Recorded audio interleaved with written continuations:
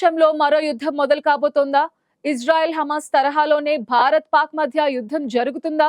2023 October 7న Hamas ఉగ్రవాదులు ఇజ్రాయెల్లోని ఓ concerts పై దాడి చేయడంతో అప్పటి నుంచి యుద్ధం జరుగుతూనే ఉంది. 51,000 మందికి పైగా ప్రాణాలు కోల్పోయారు. ఇప్పుడు పాక్ ఉగ్రవాదులు భారత్లోని పర్యాటకులపై దాడి చేయడంతో ప్రతిస్పందన తీవ్రంగా ఉంటుందని భారత్ హెచ్చరించింది. భారత్ సత్తా ఏంటో చూపిస్తామని స్పష్టం చేసింది. దీంతో త్వరలో ఈ రెండు దేశాల మధ్య ఏం జరగబోతోందనేది ఉత్కంఠగా మారింది.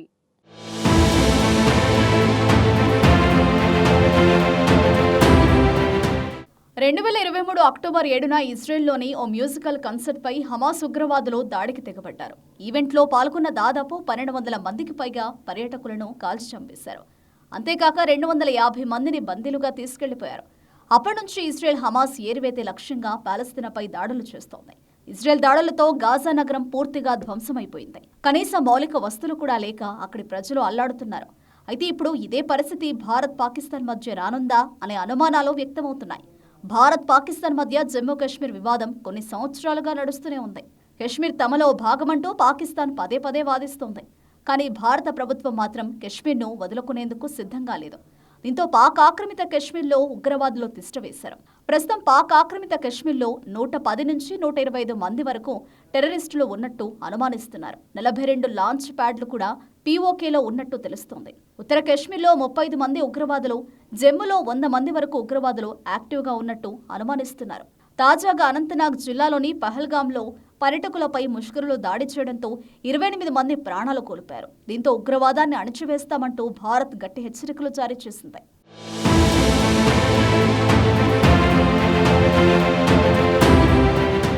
పహల్గాంలోని పర్యాటక ప్రాంతంలోకి చొరబడ్డ ఉగ్రవాదులు కాల్పులకు తెగబడ్డారు. దీంతో ఒక్కసారిగా ఆ ప్రాంతమంతా భయానక వాతావరణం నెలకొంది. ఈ దాడికి పాల్పడిన వారు ఎక్కడ నక్కినా వారిని అంతమొందిస్తామని భారత్ హెచ్చరించింది. మరోవైపు ఈ దాడుల వెనుక పాకిస్తాన్ హస్తం ఉన్నట్టు అనుమానిస్తున్నారు. ఇటీవల పాక్ ఆర్మీ చీఫ్ చేసిన వ్యాఖ్యలు ఇందుకు ఆధారంగా ఉన్నాయి. కశ్మీర్ను పాకిస్తాన్ ఎప్పటికీ మర్చిపోదని, కశ్మీరులను ఒంటరిగా వదిలిపెట్టబోమని Pak army chief general Asim Munir అన్నారు. ఇస్లామాబాద్కు కశ్మీర్ జీవనాడి లాంటిదని, ఈ దేశాన్ని ఏర్పాటు చేయడానికి మన పూర్వీకులు కూడా త్యాగాలు చేశారని, ఆ దేశ చరిత్రను మర్చిపోవద్దని ప్రతి ఒక్కరిని కోరుతున్నారు అంటూ వ్యాఖ్యలు చేశారు. పహల్గాం దాడి ఘటనపై జమ్మూ కాశ్మీర్ మాజీ డీజీపీ శేష్బాల్ స్పందించారు. ఈ దాడి ఇజ్రాయెల్పై హమాస్ చేసిన దాడి తరహాలోనే ఉందన్నారు.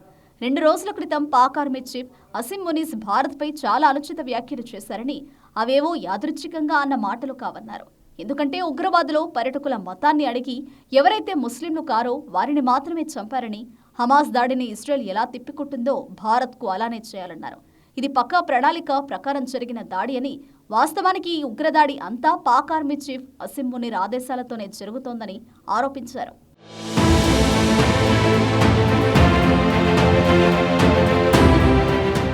ప్రస్తుతం హమాస్ అంతమే లక్ష్యంగా ఇజ్రాయెల్ గాజాపై భీకర దాడులు చేస్తోంది. పాలస్తీనాలోని భూభాగాన్ని ఇజ్రాయెల్ ఆక్రమిస్తోంది. ఇప్పటికే సగానికి పైగా హమాస్ను రూపుమాపింది. అంతేకాక ఆ సంస్థ చీఫ్లను వరుసబెట్టి హతమార్చింది. బందీలను విడుదల చేసే వరకు దాడులు ఆపమని స్పష్టం చేసింది. ప్రపంచ దేశాల నుంచి ఒత్తిడి వస్తున్నా ఇజ్రాయెల్లో ఏమాత్రం వెనక్కి తగ్గకుండా దాడులు చేస్తోంది. ఇప్పుడు భారత్ కూడా పాక్లో ఉంటున్న ఉగ్రవాదులను తుడిచిపెట్టాలని డిమాండ్లు పెరుగుతున్నాయి. గతంలో పుల్వామా ఉగ్రదాడి జరిగిన సమయంలో భారత్ ఆర్మీ పాకిస్తాన్లో సర్జికల్ స్ట్రైక్ నిర్వహించింది. ఎవరికి ఎలాంటి అనుమానం రాకుండా పాకిస్తాన్ గగనతలంలోకి ప్రవేశించి ఉగ్రవాద శిబిరాలు పేల్చేసింది. ఆ సమయంలో భారత ఆర్మీ తన సత్తా ఏంటో నిరూపించుకుంది. కానీ ఇప్పుడు అలా సర్జికల్ స్ట్రైక్ చేసి వదిలేయకుండా కశ్మీర్ ప్రాంతంలో ఉన్న ఉగ్రవాదులందరినీ అంతం చేయాలని డిమాండ్ చేస్తున్నారు. పూర్తిగా కశ్మీర్ను సేఫ్ ప్లేస్గా మార్చాలని కోరుతున్నారు. ఆర్టికల్ 370 రద్దు తర్వాత కశ్మీర్పై పాక్ పట్టుకోల్పోతుంది. అయితే ఇప్పుడు ఉగ్రవాదులు మరోసారి రెచ్చిపోవడంతో భారత్ ధీటుగా సమాధానం చెప్పేందుకు సిద్ధమవుతోంది. త్వరలోనే ఉగ్రవాదులకు తగిన బుద్ధి చెప్తామని, భారత్ నుంచి ప్రతిచర్య ఎలా ఉంటుందో త్వరలో ప్రపంచం మొత్తం చూడబోతోందని భారత రక్షణ మంత్రి రాజ్నాథ్ సింగ్ హెచ్చరించారు.